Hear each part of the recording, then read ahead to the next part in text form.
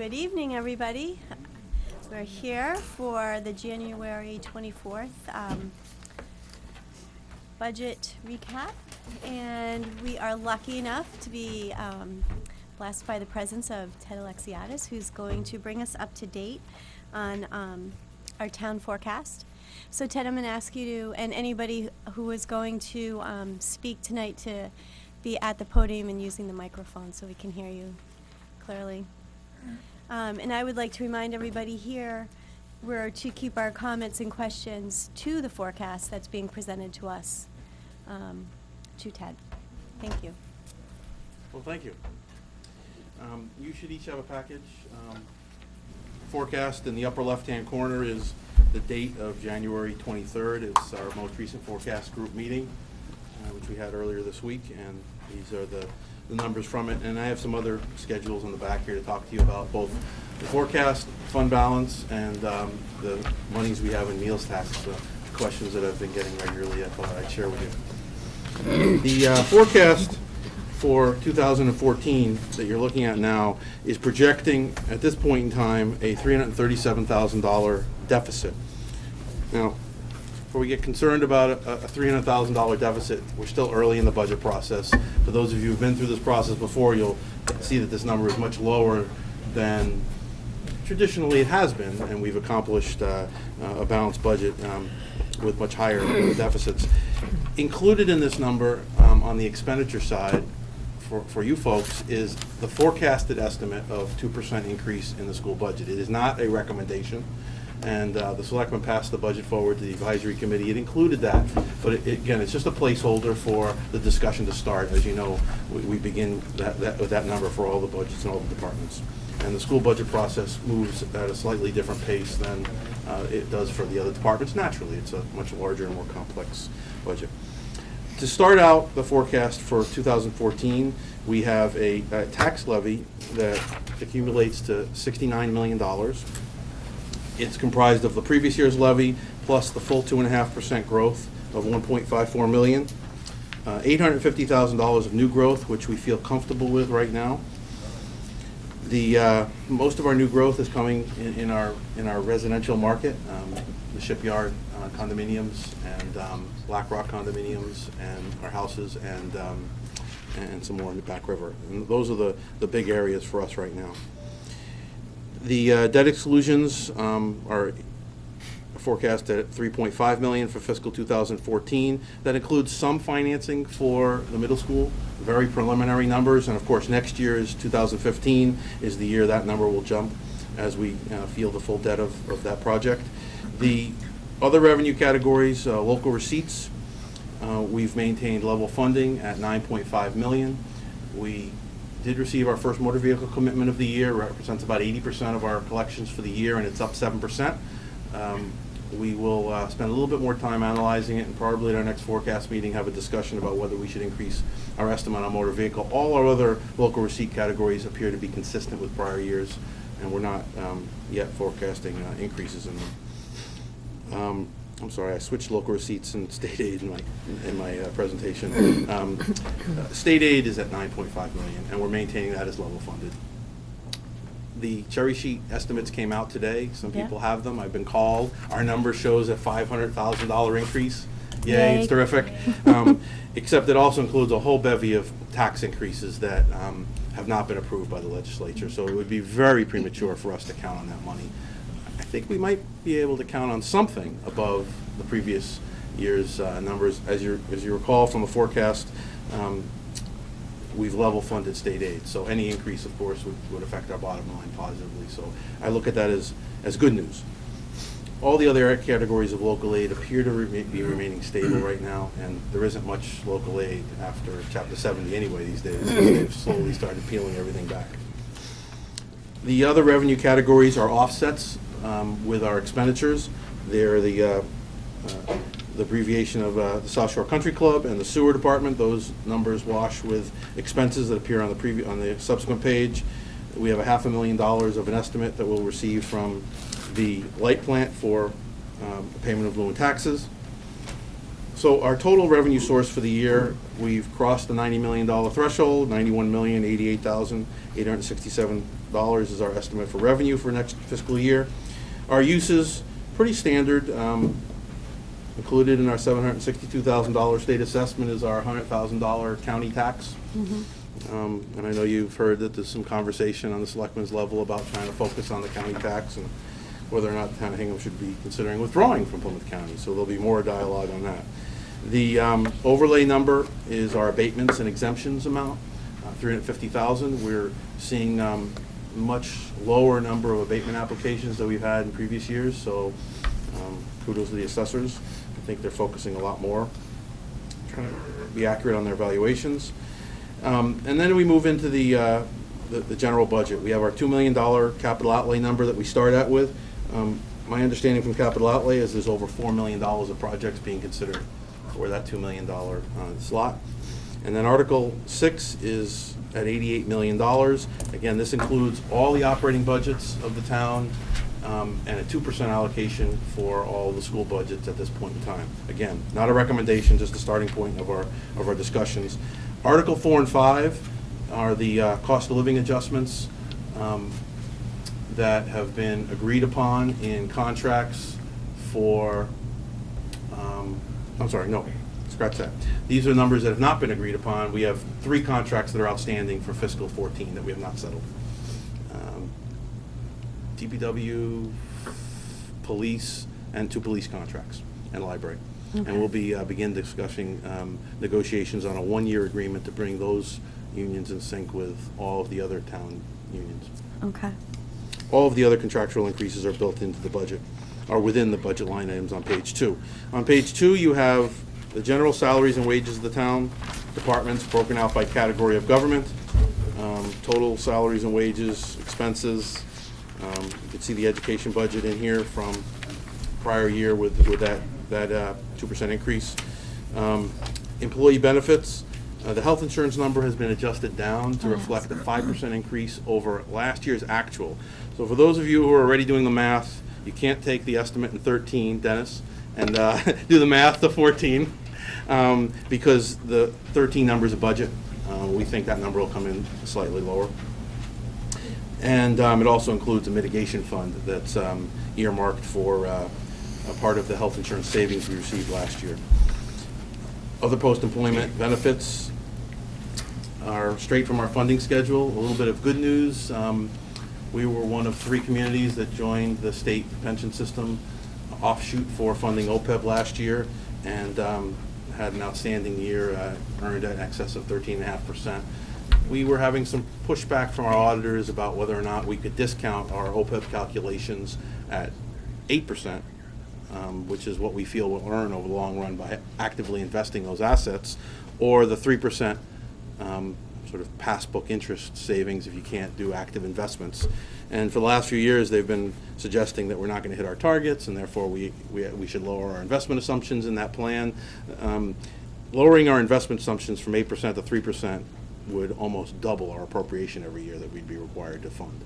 So obviously, we can't allow that to happen, and Yep. we have some good news to give to our auditors to say that we actually can meet our 8% discount rate since we bested it by 7%. And we surpassed it, right.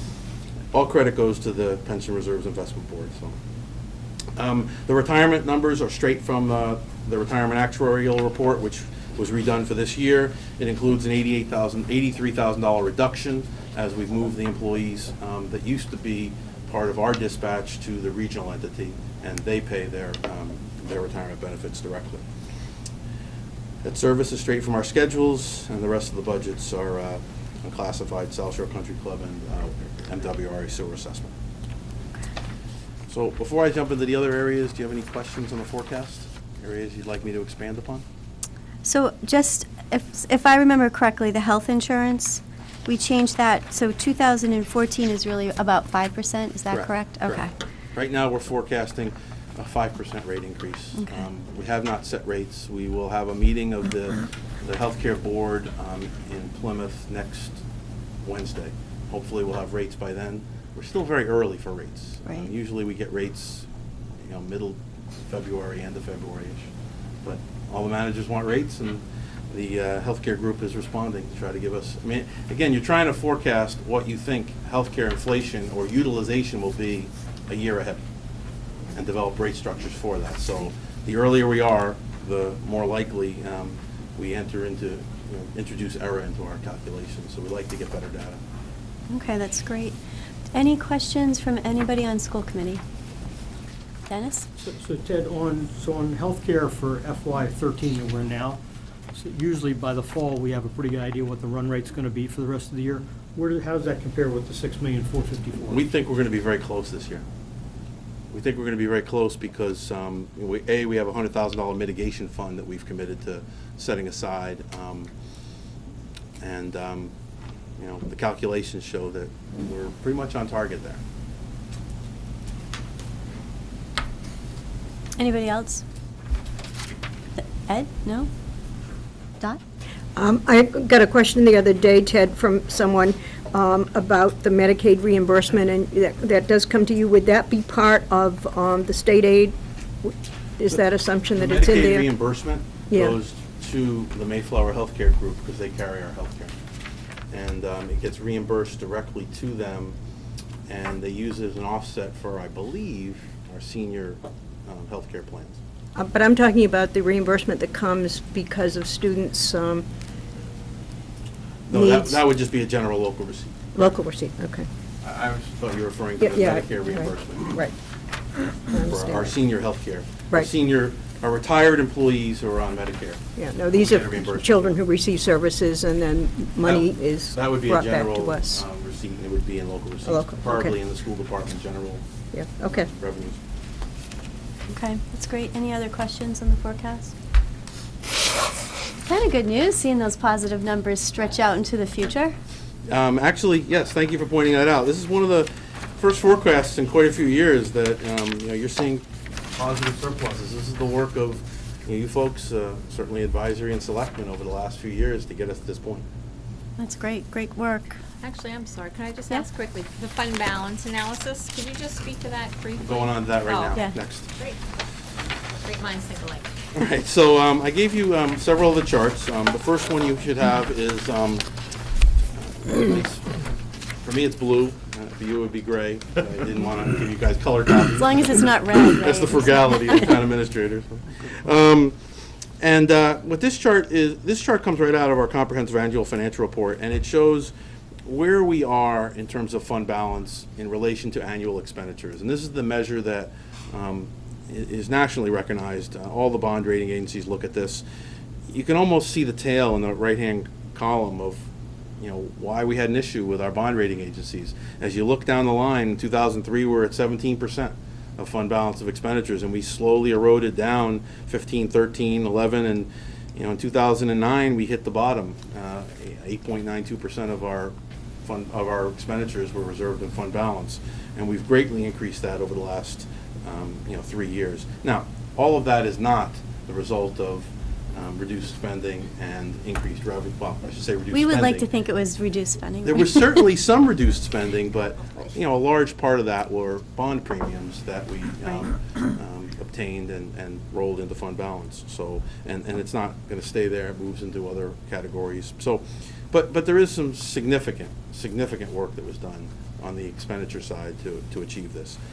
We're in a good position, but I want to make sure everyone understands, and that's why I gave you a second analysis here, which we've been working with the advisory committee on, or Sue Nickerson has, our town accountant, to sort of make people understand a little bit better about, well, what is fund balance, and what are the components of it, and how should we start comparing it to our financial policy. The second page, you see a fund balance analysis where we've taken the total fund balance of 18 million. We've broken it up into the different categories, shown you the percentages of each one, and we did it because we wanted to show that roughly 12% of your fund balance is committed. Money that you've left in fund balance, but is going to be transferred to the stabilization fund, has been transferred to the stabilization fund, or in the case of mooring permits, is revenue that we've collected. And over the years, Town of Hingham has not used its stabilization fund like other communities to set aside money. It's decided to just leave it historically in fund balance and just earmark it internally, just keep an eye on it and know what they had. And, that's what we've done with the mooring permit revenue. It's been accumulating over the years within the general fund. Down in the second grouping there, you have assigned categories, encumbrances.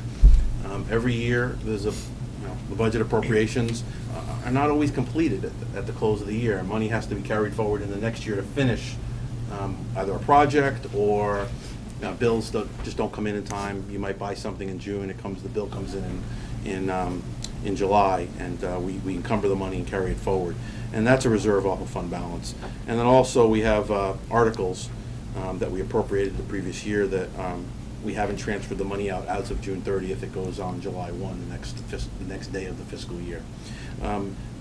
The report says the fiscal 12 fund balance. It actually probably should say as of June 30th. It's a snapshot of a one-day period, what happened at the close of our fiscal year. When you back out some of the reserves, you see that we're still in great shape. We're at 14.63%. Expenditures completely unassigned. Fund balance as a percent of expenditures, and our financial policy is 14 to 18%. So we're certainly within our guidelines. I think that gives you a better picture of what is in fund balance. So can I ask you, restricted sale of Hersey House, what exactly does that mean? What that 1.2? We actually had some discussion about this, and I suggested to Sue that she actually should put this into the unassigned. But so we have a technical problem. The Department of Revenue feels that the sale of Hersey House, the sale of real estate, cannot be used for anything that you couldn't borrow for a period of greater than 20 years, which is the borrowing statute for real estate. The rationale that they have is they don't want communities to sell assets to fund operations. So when we put it in fund balance, they called us up right away and said, make sure you set that aside as a restricted amount. At some point in time, we will have a project that comes up. We will use fund balance. We will always, at some point in time, we'll eventually go back to using some surpluses, and we'll have to allocate that out to kind of clean that up a little bit. Okay. We consider it internally unassigned. There's no spending plans on it. It hasn't been earmarked like mooring permits are. Mooring permits are collected at the harbor, and the selectmen have designed them to be used at the harbor. The stabilization fund is where we're accumulating bond premiums, for example. But so that's a little bit of a quirk that we have to sort of work through. For me, I would add that to the 14.63%, which would push us, I think, more towards. My understanding was this number was at almost 16%. So I think that represents the difference. Okay. But this is technically That's even correct, better. according to GAAP, according to our auditors, according to Department of Revenue. We inside might say, well, that 1.2 million is really, ours to spend as we decide as a community. Okay. Didn't we decide at the time of town meeting when we decided to sell the Hersey House that it was supposed to go towards paying for the new town hall? No, not Hersey House. New Town Hall, the new Town Hall, 15 years old, the building we're in now. Okay, so that would've been If you go back to the original article, there were 3 buildings that were sold or were earmarked for sale. It was the former school administration building Right. in the center of downtown. Police It was department? the police station, and it was the light plant. The light plant On Cushing? offices, no, No, not the on one on Cushing, the one on Elvin. The one on Central and. Central. down on Central. Oh, that's a Corner. house, yeah. It is now a house. Now a house. Town house. Yeah. So, and I can recall at the time that we thought that the building that would just take forever to sell would be the school administration building in the center of town, and we put an RFP out, and it sold within days. And the police station, which we thought would be an easy sell, took 3 years. All of the proceeds of those sales went to offset the cost of this facility. The Hersey House was not indicated that it was going to be used to offset this. And so it's available for expenditure. Restricted type of expenditures, but it's available. And then what I wanted to show you last was, But on that, so you have the stabilization fund for meals tax and the other meals tax from Article 13 last year is assigned, but it's really not assigned to anything, right? the It's in that category fund. of assigned, Yeah. and why we've changed fund balance now, this is pursuant to GASB Statement 54. We're now required, we can't just say we have unreserved fund balance. We have to tell the world, through our financial statements, what are the categories of those, that unreserved fund balance? So we have non-spendable portions. We personally don't, but some communities could. If Right. someone gave us a restricted gift, where we can only spend the interest, not the principal, it would go into that category. Restricted fund balances are portions of fund balance that you can't spend for any purpose, but you can only spend for specific purposes. The Department of Revenue interprets the sale of Hersey House that we can only spend that money on a project that we could, that we would be eligible to borrow for periods of greater than 20 years.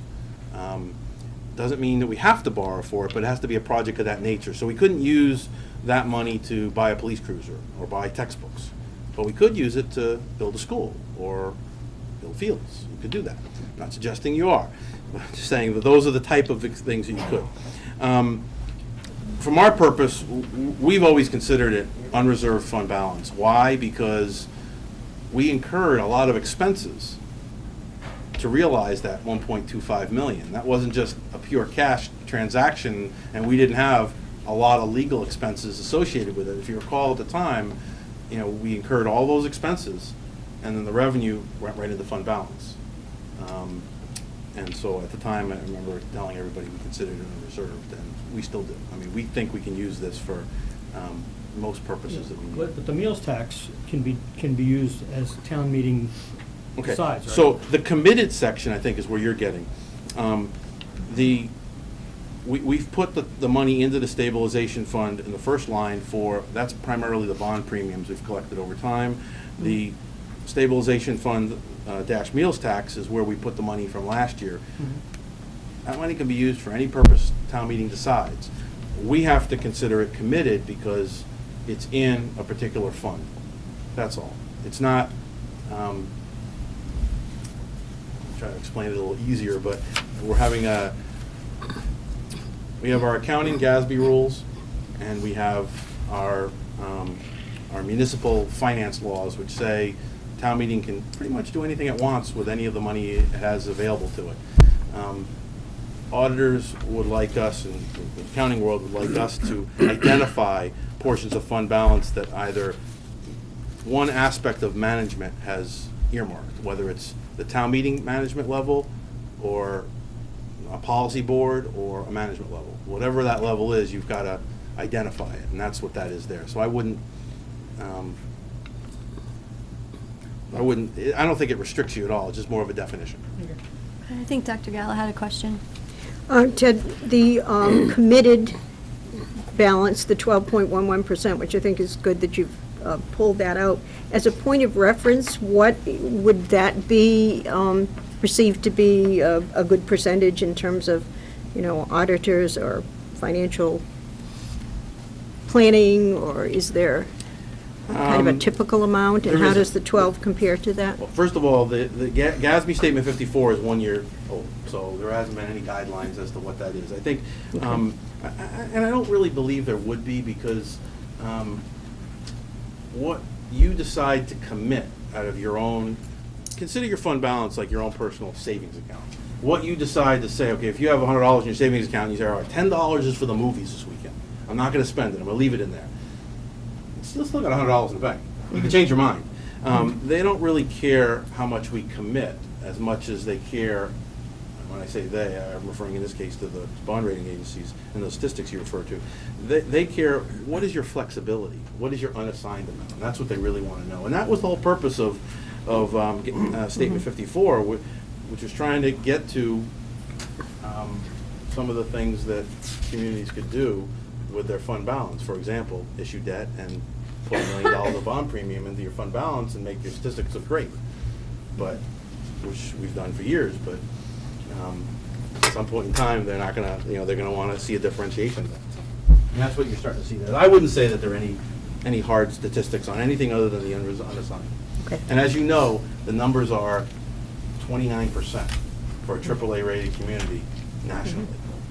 We're at 14 to 18% because we've made the argument to all of the bond rating agencies that we don't think northeastern communities need to have that kind of reserves, because we don't have that kind of fluctuation in our revenue like other communities across the country do. Our budgets are not based on sales taxes, they're not based on income taxes, two highly cyclical revenue sources that are tied to the economic cycle. Our property taxes are pretty secure. Thanks. Any other questions for Ted? And I have one last, I think I do, isn't there one last sheet on here? Yeah. Meals tax. So a little rundown, give you an update of where we are on the meals tax. Fiscal 2011, we collected $430,000. Fiscal 12, we collected $607,000. Fiscal 11 was 10 months of 12.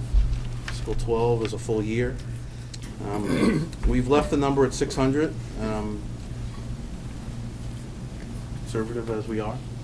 And you can see what the accumulations are. The Board of Selectmen last night voted to include 2 articles on the warrant for annual town meeting, and they include an article to transfer the residual of the $430,000 that we collected in 11 that hadn't been transferred to the stabilization fund, the amount in 12 that obviously hadn't, and also to transfer the amount from the stabilization fund that had previously been appropriated into the stabilization fund, all into an article for fiscal 2015 tax relief.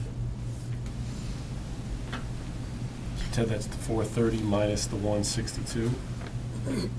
It'll ultimately it'll total the $1,037,504. It'll be everything. Okay. Right. So that will hit at a very nice time when we start to see. The goal is, and I had another chart I was going to bring over. I can forward it to you so you can have it for your own look. But if you look at the debt schedule, you'll see pretty clearly in 2015 what happens. Yep. Numbers jump precipitously, and the selectmen are trying to target that year as a year that they can offset that increase. Right now, we're talking about close to a 40% reduction in what we had proposed to town meeting when they voted on the middle school project. We're looking at a 40% reduction in costs for that fiscal 15 year right now. So, to me, I think that's pretty good work. That's great work. You're saying with the meals tax, if the meals tax. With the meals yes. tax, with the work the building committee's done, and with the work that the interest rates have helped us with. You attribute that all to Obama? To Ray. Sure, Ray. Okay. Good building committees always push rates down. There you go. That's a plug, Ray. All right. That's great. I think that's that'll be helpful in 2015 for many people.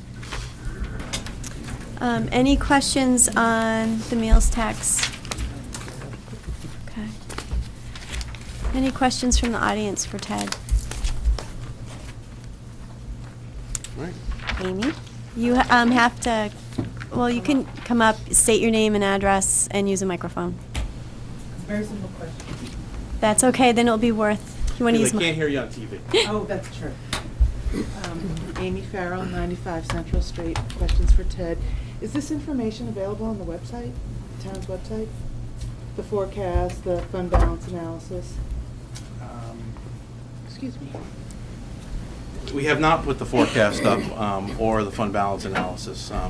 We usually put the forecast up as part of the town warrant when we get ready to produce a town warrant. It's the sources and uses page that's within that. But, they're all public. Well, the forecast actually is a working document. It's, it changes and... mhm. You're welcome to it. If anyone wants one, they can certainly call my office. I can get a copy of it to them.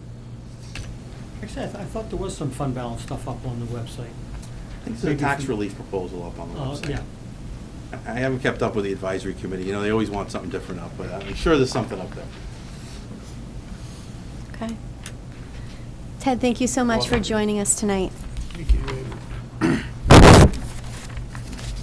Okay, there you go, Amy. All you had to do is ask and you shall receive. That ends our update portion of tonight's schedule. We're going to move on to hear an update on the status of the administration's proposed budget, any changes that might have come in since we last met just 7 days ago.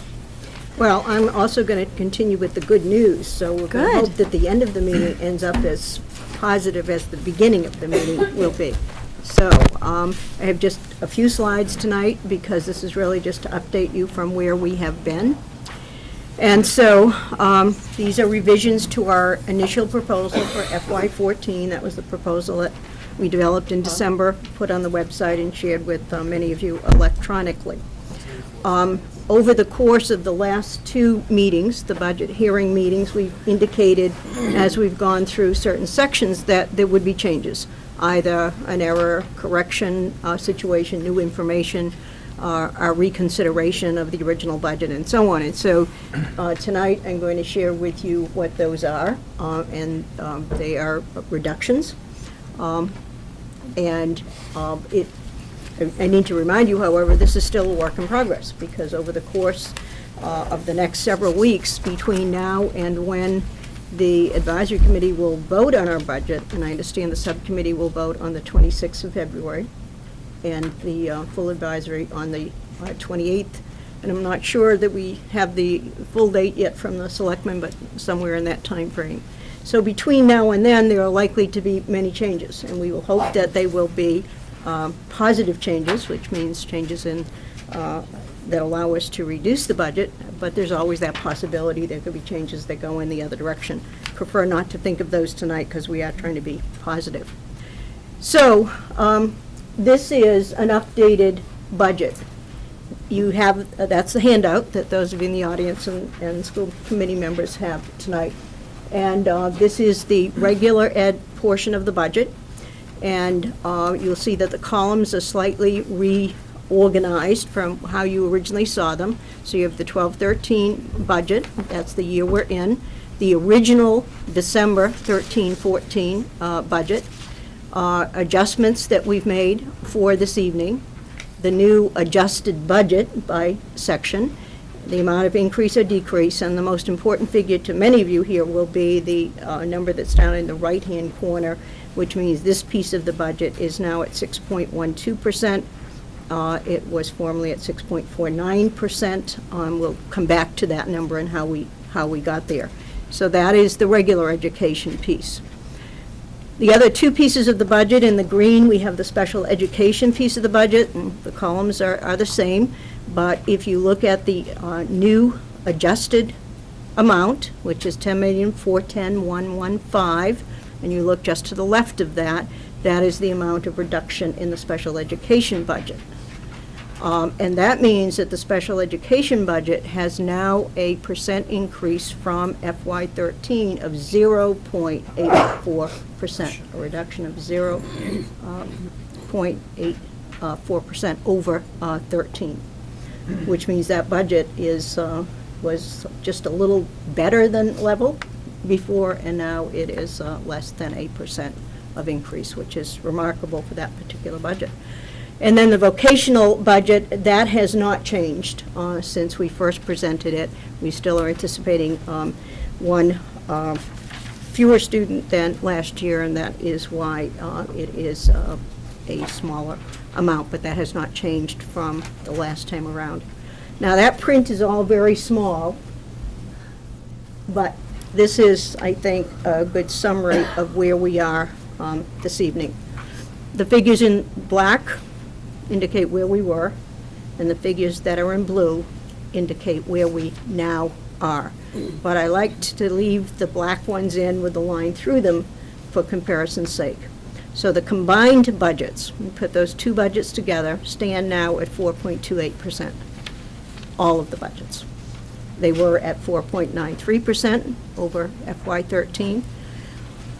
The regular education budget is reduced from 6.49% to 6.12% from 13. Special education budget is reduced by 0.84% from FY13. And the vocational, no change. So there's no new blue number. So this is probably the easiest way to see the whole picture all on one sheet of where we were in December and where we are now.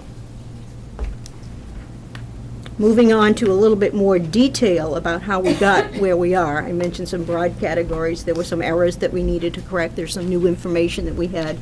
And looking at the budget, I think we told you early on that we had done a conservative budget, putting in I don't want to say worst-case scenario, because that sounds very negative, but putting in real costs as we thought they might be in December, and we have reassessed some of those categories and feel that we can make some adjustments. So, the total dollar value of the reductions is $264,035, reduced from the December budget.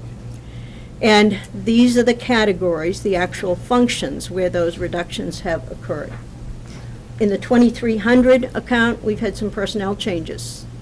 Last time we met, I mentioned that we had 2 retirements that we hadn't known about in December. So they're in there. We have 1 leave of absence, full year leave for next year, where we think we can hire someone at a lesser cost. And there were a couple of other minor adjustments. They're minor in terms of the dollars. One of them is that we had under our new initiative sections $2,400 for stipends for after-school lessons for students entering Algebra 2 because of the change in the curriculum related to the Common Core and the math standards. We still need that money. We still will produce that. I said at the time we put that amount in. Typically, we wouldn't put amounts that small into the overall budget. We think we can accommodate the $2,400 in stipends as part of the regular operating budget, particularly because we have a retirement in mathematics. And so very much we are going to provide the after-school lessons, but we don't need to add to next year's budget to do it. We'll find those savings as part of the personnel changeover line.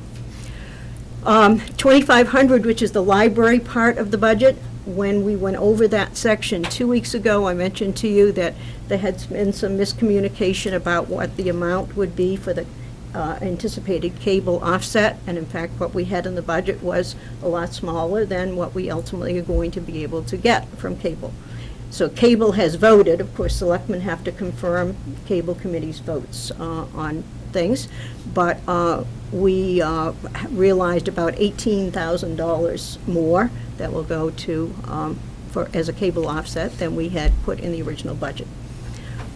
We also have paraprofessional hours at the high school library that have been paid for by that cable. As we look at the paraprofessional hours at the high school library and the middle school library and the elementary, where we actually don't have any assigned hours, we think that we can reduce those high school hours. And the 13 there is 13 hours per week.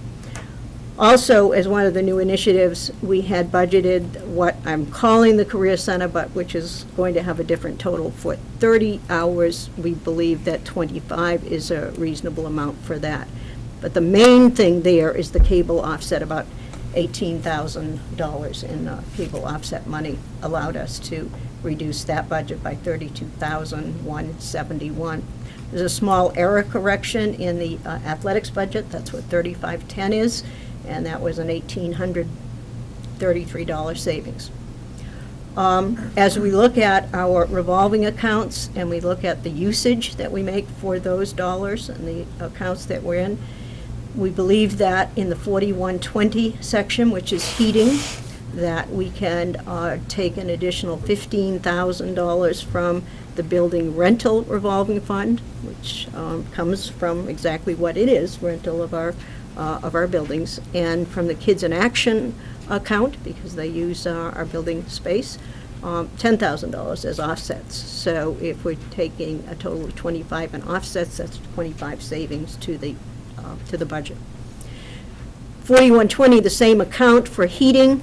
If we look at that was an error that we needed to correct, that we believe that we're going to need an additional $18,800 in natural gas funding and $37,903 in oil for heating. So that actually added to the budget a total of $56,704.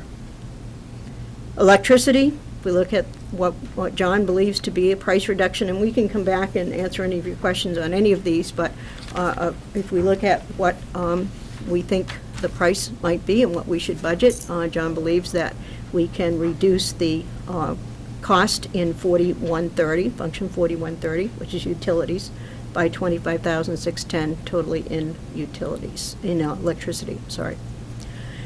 Because of the retirements, two things happened. The original 5 retirements, we had not included the sick leave piece. Remember, there's a $10 a day sick leave buyback that retirees are eligible for, if in fact they have 100 days on record, and there's a cap on that of $3,000 total. And we hadn't budgeted those originally, so we had to add that in, and then certainly for the 2 new retirees, an additional amount. So that is an additional cost, plus figure $12,940. We believe that, based upon our most recent history, we can adjust the legal budget under special education by $10,000 from $50,000 to $40,000. And in looking at the special education tuitions, we believe that, based upon new information, we can reduce one of the anticipated tuitions that were in the budget, and that we feel confident at this point of the graduation of a student, and therefore can reduce that tuition. And so there's a total of $144,000 just in 2 tuitions.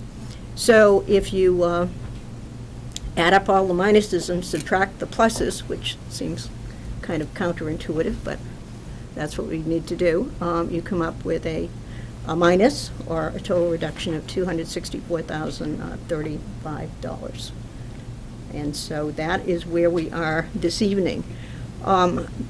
We're happy to answer questions. Let me just comment that I've said many times before that I think that we're in a very good place with respect to this budget, and that certainly we want to hear if there are things that nobody wants to continue supporting in this budget. On the other hand, I would urge us not to make major reductions beyond this until we really need to make those reductions, which is at the point where you have to decide upon a budget, because $264,035 in a 5 or 6 week period is a lot of money. I'm not suggesting that we can duplicate it in another 5 or 6 weeks, but I'm hopeful that we can reduce it more, and that we can come up with a figure that will preserve as many of the things that we think and that we hope you will think are important as possible. So that's it. Dr. Geller, can I ask you a question on that Sure. last slide? You want to go back to that You've got slide? the same question. Come on. May I ask you a question? Yes, yes. Did you want to go back to a slide, Ed? Just on the previous slide. The last slide? Last slide. Thank you. Our sheets, under adjustment for 4120, our sheets show a positive 31,704. It's a combination of the offset 56,704 and plus the 25. additional, it's 56,704 less Yeah, the I needed offset. 2 lines to do the 4120, So the total is correct? so the total is Okay, correct. thank you. Yes, there were, so I put the 2 minuses together, and I put the 2 pluses together, but if you combine them, I think that it will be the figure that you have, which is 31,704. Plus. Carol, you have a question? My question is on line 2500, on the cable offset. Mhm. Are you saying that you are reducing the, I think it's going to be called post-secondary planning?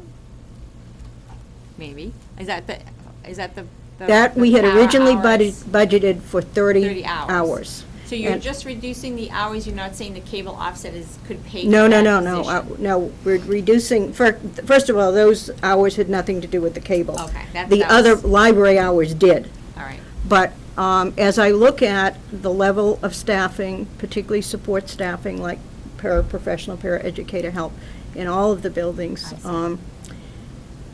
I think that we can justify Okay. cutting that by 5 hours. 5 hours. So we would still have 25, and it's 25 more than we have now, because now we have Correct. 0. Okay, So, just want to clarify. yep. Thank you. But the other one, the library reduction, is related to the cable.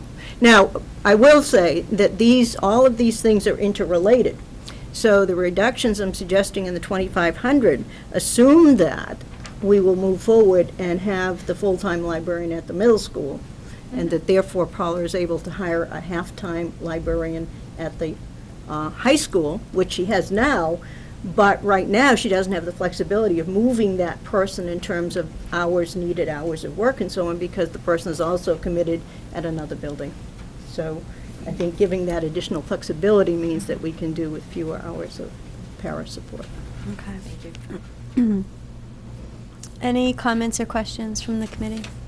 Is just math, it looks like a percent is about $400,000. Yep, 4,200, right? Yeah, So okay. about 42 million, 1%, yep.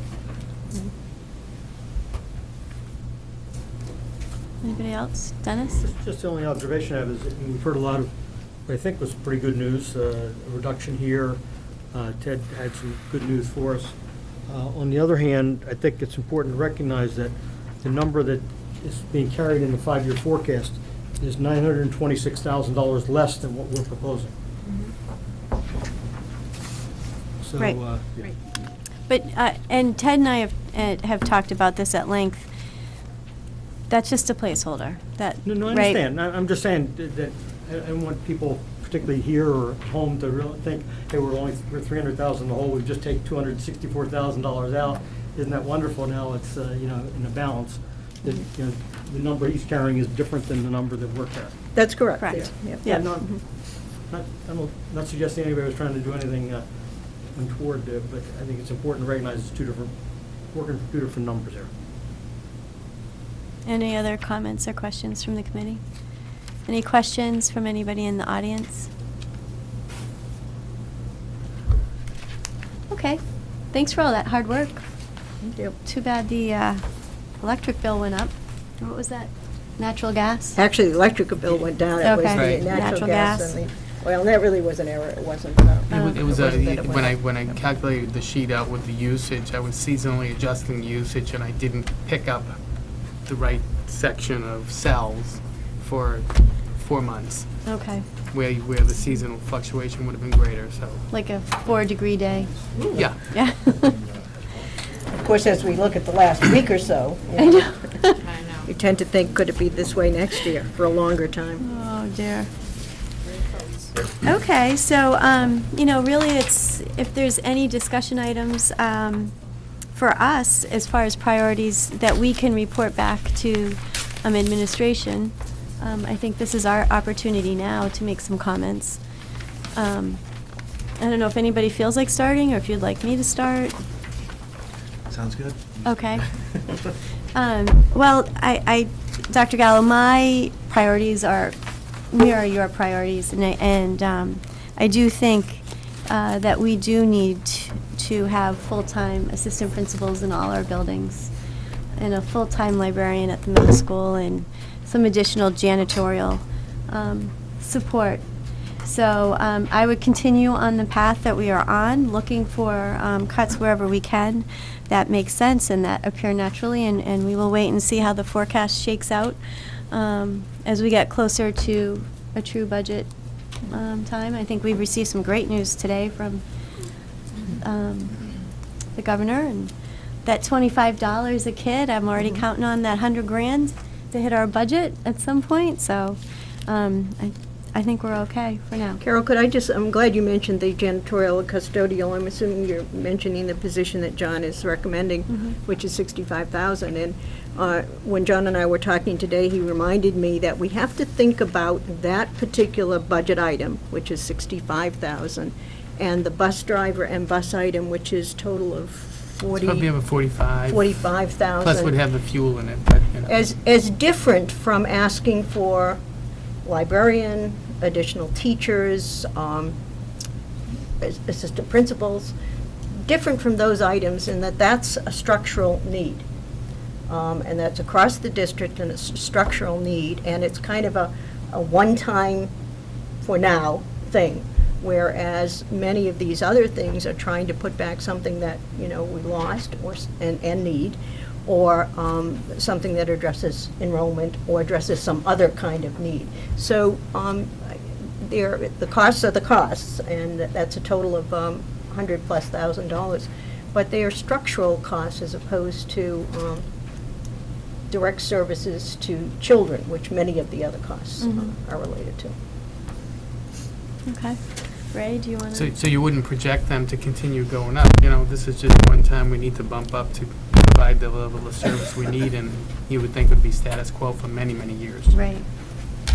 Because we're not going to build another elementary school anytime soon and Exactly, need right. another assistant principal. Okay. Ray, any thoughts or comments you want to share? Sure. I mean, since we won't be really deliberating or voting till the 11th, is that when we're planning to do it? February 11th? Well, that will be up to you as to whether you, that's when the official public hearing will be, and we have to vote subsequent to that. So whether that will be on the 11th later in the evening or on the 25th when we next meet, in either case, it would be before the other two groups might be. And you said someone's already scheduled to vote for the 26th? Yes, Advisory. Ed Subcommittee for 26th, and AdCom for, excuse me? Our subcommittee's going to meet on the 19th, and then the advisory committee will vote Oh, I thought you told me the 26th. and- 26th is a full AdCom hearing on the school budget. Oh, okay, all right, I'm sorry, then I misunderstood that, okay. Well, I'm sorry, on the calendar, we have February 25th as the final, as February 25th, school committee votes final adoption of budget. Are we moving that to the 11th? No, I think that that has always been, those 2 dates in February are always kind of tentative. Depends upon where we get, depends upon what's happening on the other side of Town Hall. So all I'm saying is that you can only vote the budget after you've had the public hearing. So if the public hearing is on the 11th, the next meeting would be the 25th. But from a technical perspective, you could vote it on the 11th if you so chose, as long as you do it after you've held the hearing. Public hearing. Yeah, my Okay, rec- so let's Sorry. just let Ray Sorry. finish I his. just We'll had go a question down. on that, the Well- timing. Go ahead. Go ahead. Just 'cause I remember when we were talking about the whole calendar, Mhm. originally we had that, if you remember, the final vote was in March, and we talked about pushing it back to the 25th, so we would be, Mhm. well in advance of when advisory normally has voted this in the past. So I would hope, I would think that, we don't want to, we need the time that, to consider that and to see how things Shake out. play out, right? Mhm. Right. So, I would hope that, hopefully we'll have something on the 25th, but I don't think we'll have anything done before the 19th. Anyway, thanks for that clarification. So I've gone through the budget 3 times now. I typically, at least so far in my short tenure on the committee, go through it 4, and I think this year I'm going to go through it a 5th time before we vote on it. So I have some thoughts. I don't want to commit to anything, but I will say that as an elected official, I know I have constituents, and I've been talking to a lot of my constituents recently, and last night, in fact, a number of them. And the common theme seems to be, at least those with kids in the elementary level, are the assistant principals and the impact that that loss has had on them in particular, having experienced the schools prior to 2009 and then since. So that's something that is kind of a sticking point in my mind. In addition, the technology specialist at the middle school, I think,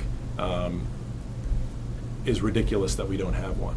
And I think certainly with the new school coming online in a year and a half, that's something that needs to be put into place. And that was also voiced by a number of folks that I've been speaking to. And I think there's no reason why we should have, we should be down half a librarian at the same time.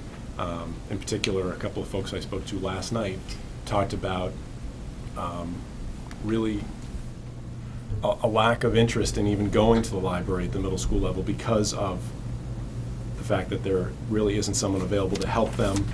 There aren't a lot of resources available, and I assured them that that would change certainly in the future. So I'm hopeful that those are things that we can advocate for.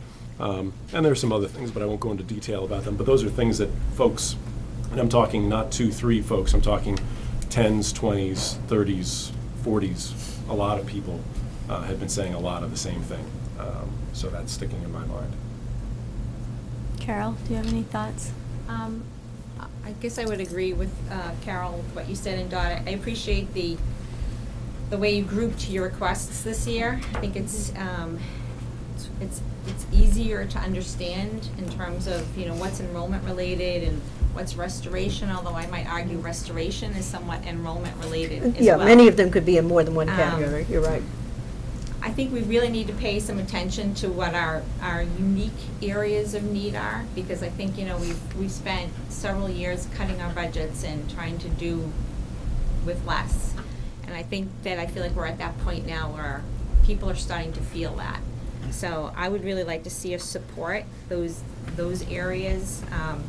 And I'll just throw out, in addition to the assistant principals of elementary, I would really like to see us be able to fund some of those positions for the counseling department, or positions that I see as supporting the counseling department, so that those counselors can maybe get back to doing some other things that many people and many parents at Hingham High are expecting them to do.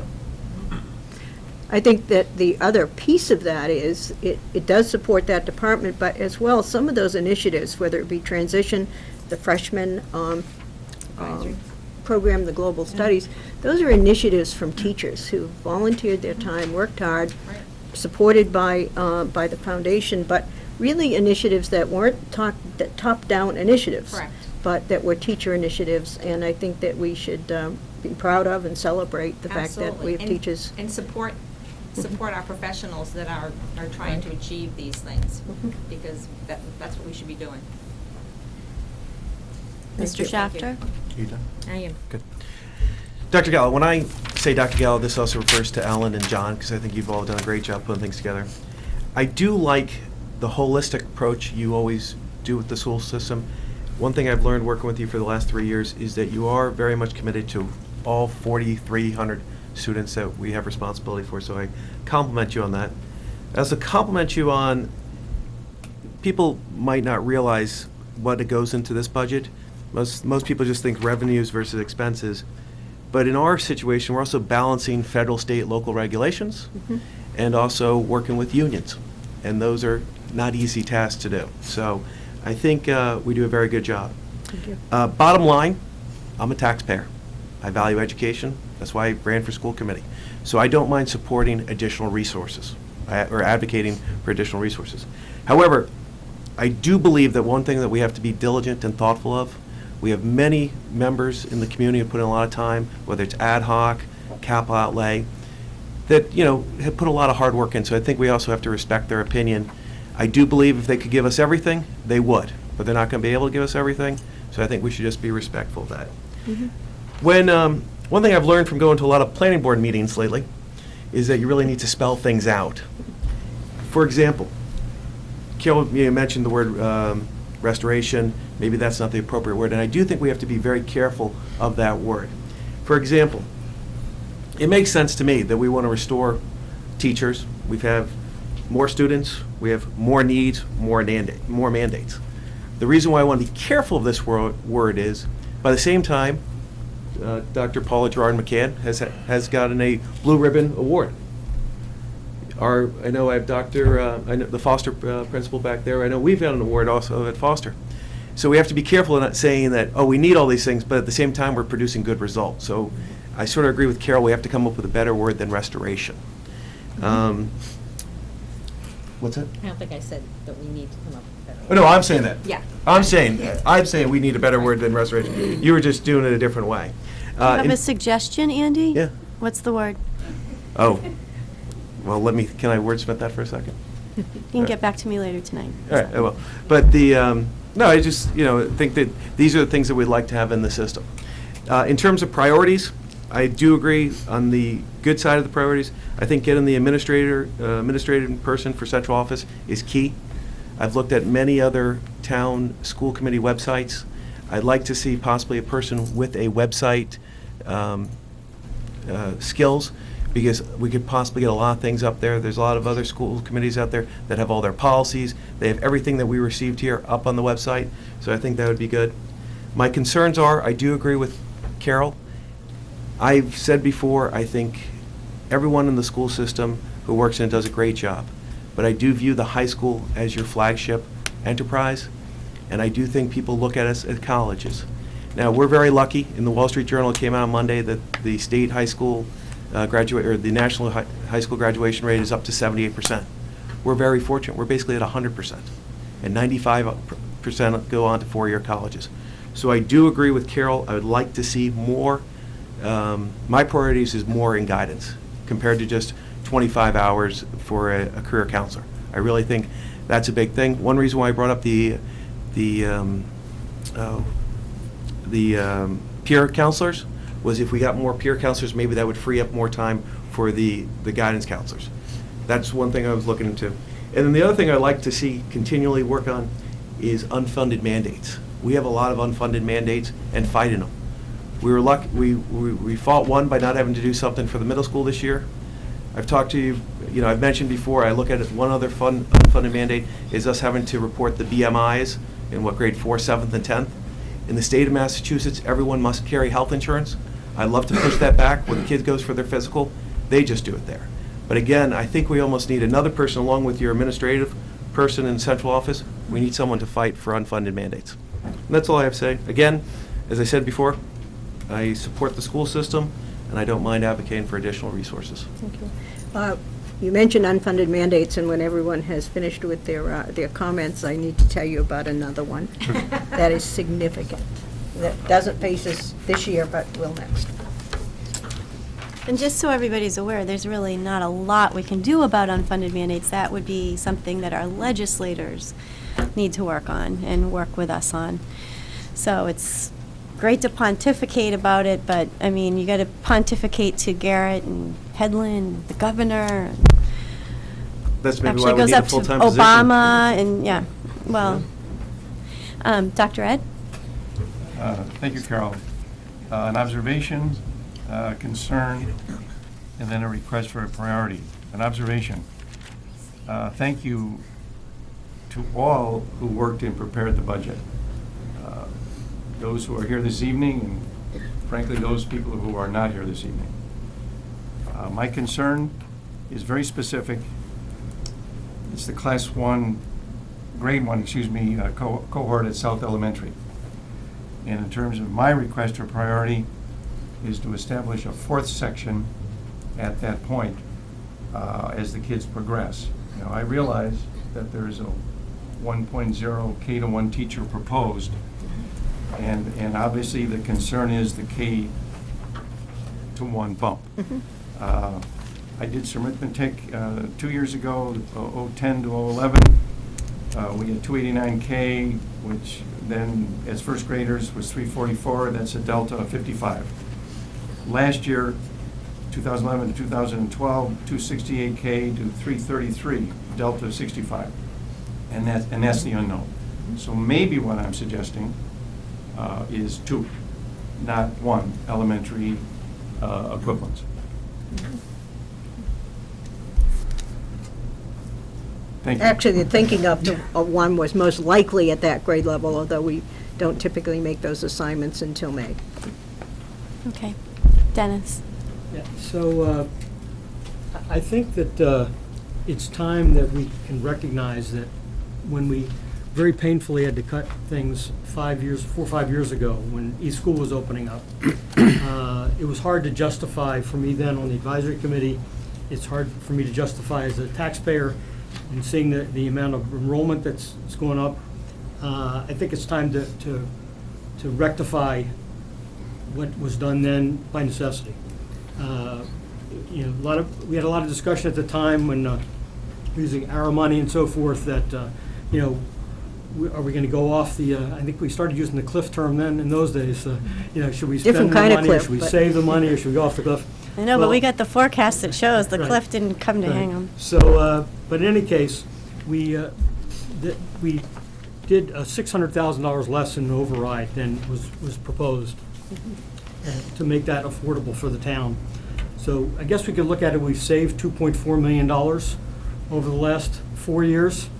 And now it's time, I think, to put those positions back in, the assistant principals, the librarian at the middle school, the technology person at the middle school.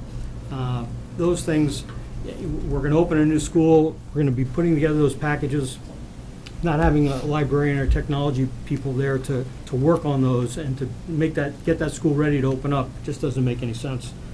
And so I think I'm very much in favor of putting that necessary personnel headcount back into the budget. I think there are other, the adjustment counselors we talked about also. If I had my druthers, I would put that back into the budget too. but, it looks like, based on the way the forecast is going, that perhaps there will be money to do that in subsequent years. When Ted was here, he talked about that motor vehicle excise is 7% higher than what we budgeted. And my recollection is that that's a did he say 80, I think 80% of our local receipts No, I think it was just like $140,000, wasn't it? Additional. Yeah. The excise tax. Yeah, but in any case, that's up. He also mentioned that new growth is probably going to be more like it was last year, which is $80,000 higher than we budgeted. So again, I think we're in a good position to put these dollars back into the schools. We've had a 20% enrollment increase over the last 10 years, and in some cases, we're running with fewer personnel in certain areas than we were 10 years ago. So I think it's definitely justifiable. And the question is, whether we'll be able to bridge that $926,000 gap between what's in the forecast today and what we're proposing here. Some of that will most likely come out of capital outlay, Yeah. which is in the $2 million. Yeah. Perhaps some of it may come in with additional revenues. We talked about, I'm not willing to count the chickens in the governor's budget yet, but perhaps some of that will come home to roost and we'll have some more money there. So I'm very much supportive of what we're doing here, and I was glad to see that we were able to pull some additional dollars out of there. But I think it is a needs-based budget. I think the town of Hingham needs these positions. I think the town will support this level of expenditure. Thank you. Thanks, Dennis.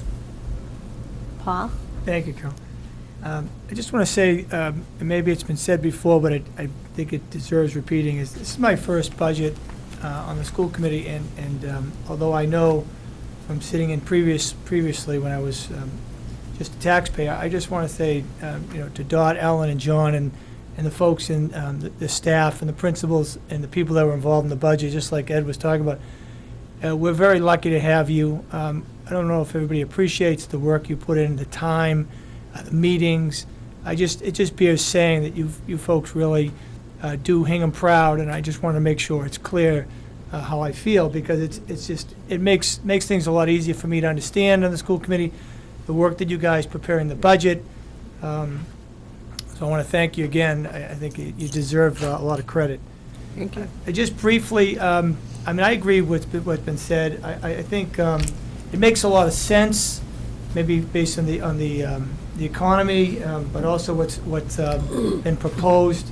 And we also owe it to our children. There are certainly needs that have been brought out in the budget, whether it be the principals, the tech specialists, librarians. These are just a couple of examples, but this is a well-thought-out budget. I just hope that we can get to the end result where those things that are priorities that make sense, that we really need to have in there, end up in there. I think people have been responsible in putting together this budget. We're not asking for too much, and again, I think that the children in this town deserve it, and we owe it to them to put it together, and I hope that's where we end up. That's great. Thank you. Do we have any comments from the audience at this point? Okay. So Dot, the joint meeting. Yes. Before you move on, I just one question. Oh. Andy, when was Long Range going to be meeting to look at capital again? I was going to ask you guys at the end of this, because I thought you had mentioned at a prior meeting that there was Oh, something scheduled to we look at. were trying to get together this week, but we couldn't on schedules. So there hasn't been a lot of looking at that in terms of priorities. In terms of priorities, John and I have met more than once, but we will get together. I'll try to get some. Were you doing, I thought you were going to do your final, but we'll get you a meeting soon to finalize. Because Is it it's se- Paul, myself, and Andy have not met. Right. Right. Because we'll need to talk about that before. Well, one thing that came up with all the meetings we had last time, John has said, when we talked about getting it again together, he said, well, I could also just present it to everyone. And that was one thing that was brought up at one of the meetings last week or 2 weeks ago, one of our other school committee meetings. Right, last week when I provided my second version of that, and, for your consideration and for, your deliberation, really, on the items that I had put forth. I'm happy to have a meeting with Long Range Planning, and, we could further go over the list, and we could, tweak it some more as well. Okay. Perhaps we need to find out when we might be called back to them to know Right. whether or not there's time We to haven't, yeah. fit in a meeting, or whether our next school committee meeting. Which is Monday morning. Which is Monday. Monday, Which It's is already been posted. pretty full. yeah, No, Um, we didn't post it, but, for Monday. And just so everybody here knows, Monday, we're moving the meeting back to 7 because we're before Concom at 7:45. So I intended to keep that meeting fairly succinct, quick, and and if any of you could pass the word to people that likely come to these meetings, we have posted it for 7. I've spoken to the cable folks, and met with our leadership team this afternoon, asked the principals to send it out on their listserv, but if you can think of any individuals that may typically come, the meeting will start at 7 and not 7:30. okay. So- Did you want to hear about the new mandate, or would you like to talk about? No, I don't want to hear about the mandate, actually. No, Well, this is kidding. brand. Go ahead. This is brand new. I think some of you have heard Ellen and me talk about something called PARC, which is a new assessment program that's being developed in conjunction with the Common Core.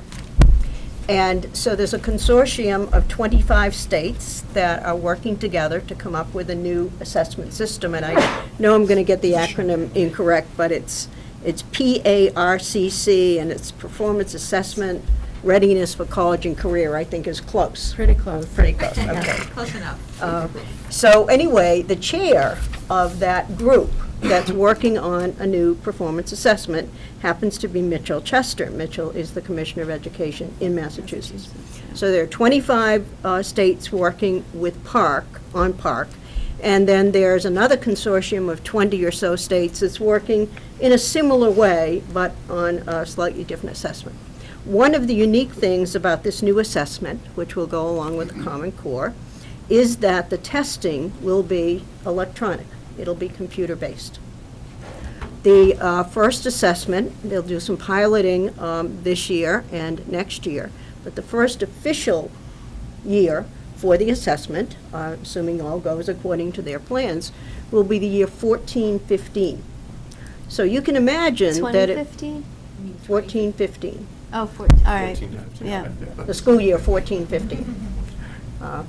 2014, 2015. Gotcha, okay. We already did 14-15. I was with you. I know. I was thinking the same. So that would be the first year as the plans are now set forward. So that really is one more budget year away. Next budget year for FY15 would be when we have to be ready.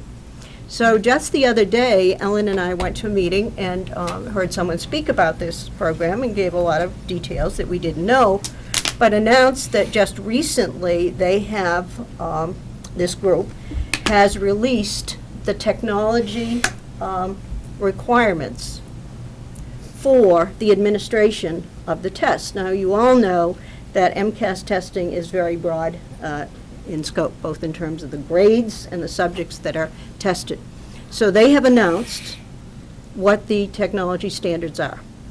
And these are some of the areas of concern. Obviously, one student to one device.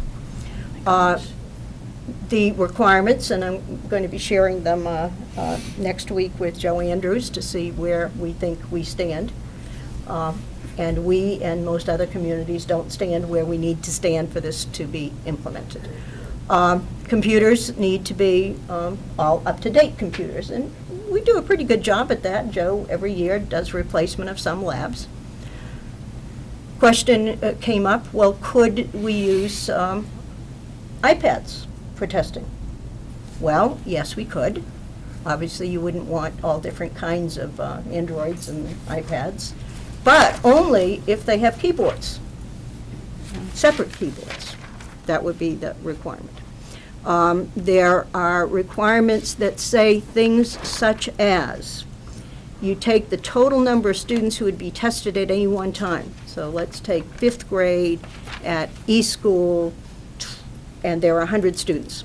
You need to have enough computers or iPads with keyboards that you could test half of that student population at any one time. So that's 50 students. Well, all of our buildings have computer labs, but we would need another lab or cow setup or classroom computers.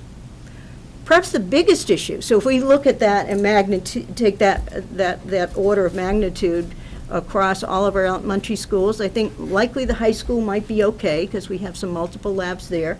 The new middle school, which would be on operation then, might be okay because we do have multiple labs there, but all of the elementary schools would be deficient. But perhaps the greatest concern isn't about the number of computers or iPads or whatever end devices you use. It is about the fact that if we have multiple labs going on at the same time in multiple buildings, then our internet capability in terms of bandwidth or whatever the appropriate term is, and the fact that it has to be a totally wireless environment are significant concerns in terms of potential dollars.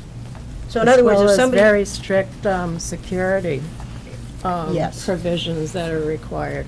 So, for example, if people were to say, well, we'll get a whole class to bring their computers from home, there are all kinds of other issues about what can be on those computers and not, and how that all would be managed.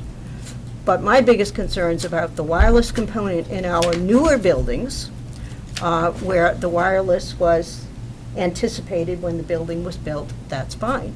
In some of the older buildings where we have put, boosters and routers and things, there are dead spots in a number of our buildings. That's just the way it is in any place that has some older equipment. So that is a significant issue that could cost literally tens of thousands of dollars.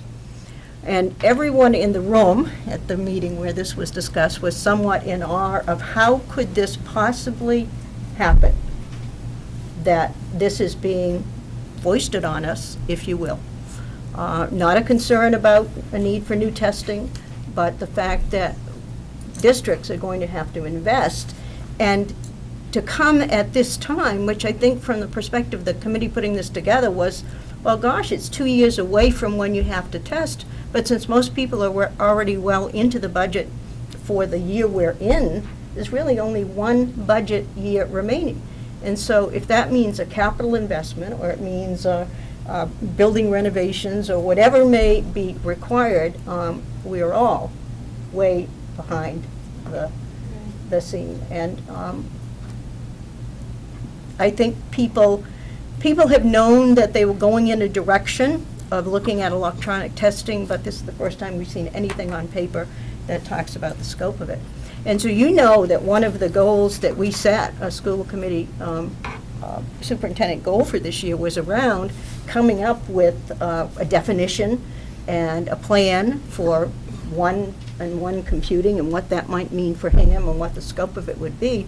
I have to tell you, at this point, we have to think that it's likely going to be around this issue of providing technology not in the direction we may want it, but to comply with a mandate for testing. That probably isn't anyone's first priority in terms of what to do with our precious resources. So that is huge. And the internet access that we have has been adequate, although today, if you talk to us, internet was down for a time again this afternoon. We've not had huge problems, but when you have testing going on in a building and you have 4 full labs, let's say 4 full labs of kids at the high school doing a test, that stresses the capacity that we have. So. The other major change is that the original plan was to have the elementary testing done, to continue to be done with paper and pencil, and they just made a recent decision that the grades 3, 4, and 5 would also be administered online. So that has educational implications because the computer online assessments require certain technology skills, clicking and dropping and, using the different tools. It's not just multiple choice, answers that typically people are familiar with. So in addition to, preparing our students for third grade, it's the first time they take an assessment, in terms of what we expect them to know and be able to do, there's the added taking the assessment on a computer, which is going to be an added pressure and something that we're going to have to make sure that our students are prepared, not just to show what they know, but that they can show what they know on a computer on an online testing situation, which is very new. What if they can't?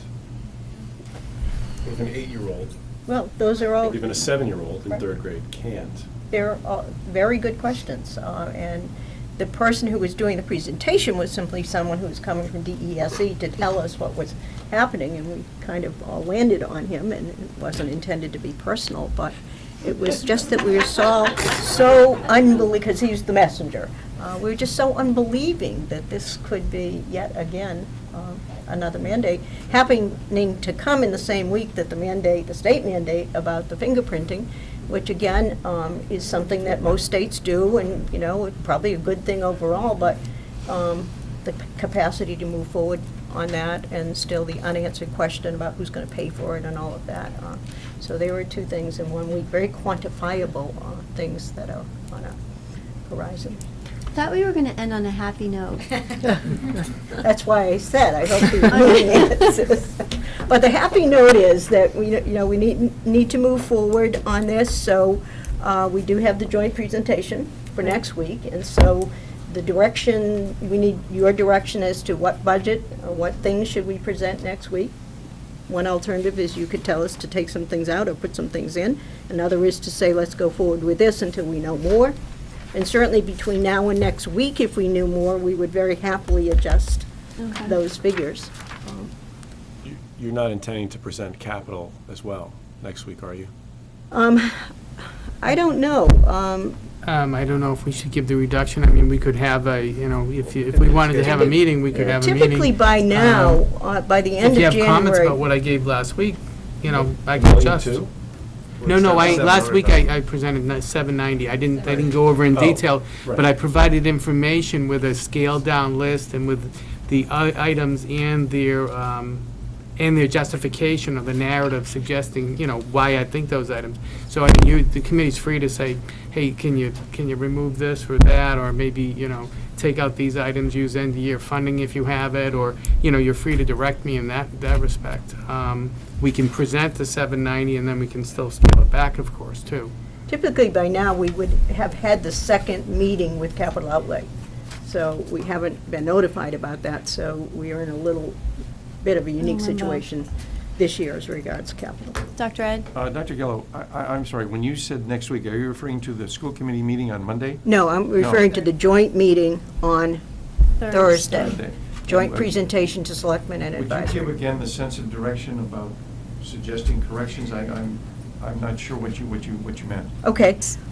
Well, it would seem that we have a couple of options. One is for you to say, we have consensus here that we just want to take out something, or that we want to put in something. The other option is to say, let's go forward with this budget as it has now been reduced for at least next week, but with the understanding that if there's some new news that we have during the week, I would certainly incorporate that, and leave some of the harder decisions that we may have to make ultimately until the February meetings.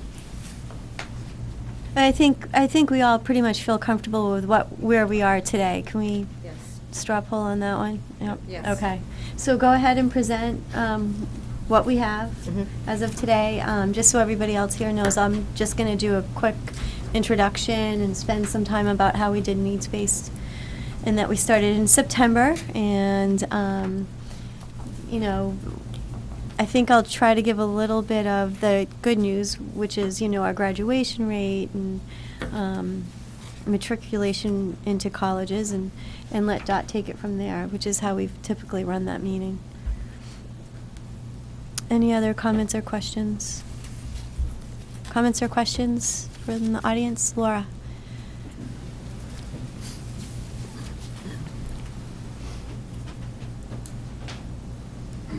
Laura Marwill Advisory. I just want to clarify the calendar, because I know Okay. it's a little confusing.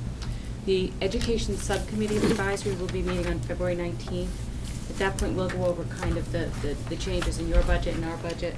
We'll try to formulate our position, what we think we will recommend to the full Advisory Committee.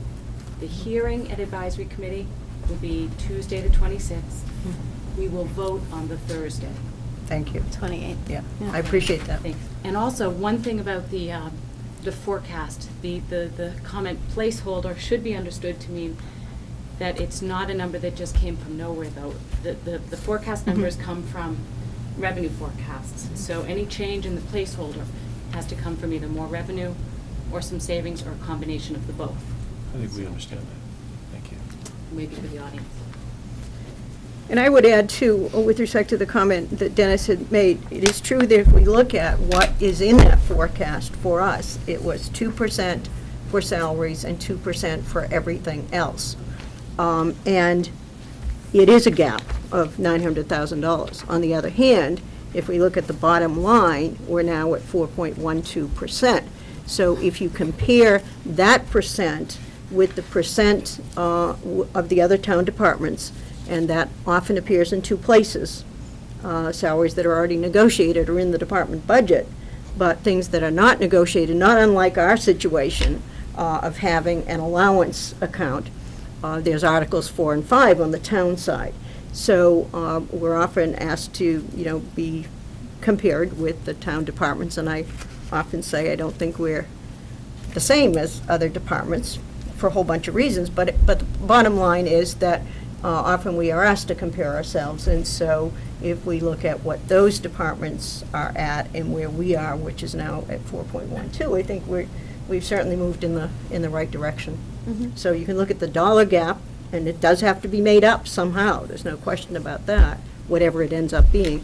But if you look at the percent of increase, I think that we've moved significantly in a good direction, and hope perhaps we can do more. Mhm. Come on up to the. Bob Aiken is resident of Hingham. Just a 20 years of IT background. I just set up the computer systems for Home for Little Wanderers. Is there any committee that's going to be formed to help with this testing? Glad to volunteer and help my time. That's all. Thank you. There's ways we can do this. That we do burst bandwidth and other things. You only need that bandwidth for a certain amount of time testing that full year. So there are ways of doing it. I'd be glad to volunteer time for that. Thank you very much. Yeah, That's a thank great you. offer. Thank you. We don't get many people volunteering to help. If you I was like, use this phone number. Doris Street address. Then- River Lane. Thank you, Todd. Thank you. Just one thing, because I had the pleasure of sitting in on advisory on Tuesday night when they were doing. I watched you. Yes. If I realized it was on TV, I would have stayed home. But the public safety groups came in, and Chief Perino noted that the Hingham Police Force will be at full staffing for the first time in, I think, 12 years. They added 3 people this past year, which, was a fairly significant, about almost $250,000 increase in the budget last year. So, I think what we're doing is not unprecedented within the town. I think there's a recognition where things had to be cut back during hard times, that with the growth of the needs of policing in the town, whether it's the shipyard or Derby Street or so forth, whether it's the needs in the fire department, to cover broader areas of town and more emergency calls and so forth, that, what we're doing is not unprecedented in the town. And, if you look at those areas that, were taken out a few years back that had historically been in the schools, even as enrollment is increasing, that's over 1% of the increase. So it's not, we often talk about what is sustainable or not sustainable. It's not, I think we all realize that we're not, 4-point-something% is not a sustainable annual increase, and I don't think we're looking at that on an annual basis. Very good point, Dennis. Yep. think on that point, which was a positive one, I will take a motion to adjourn. I'd like to make a motion to adjourn. Somebody help me out here. A second? Okay, all in favor? Aye. Aye.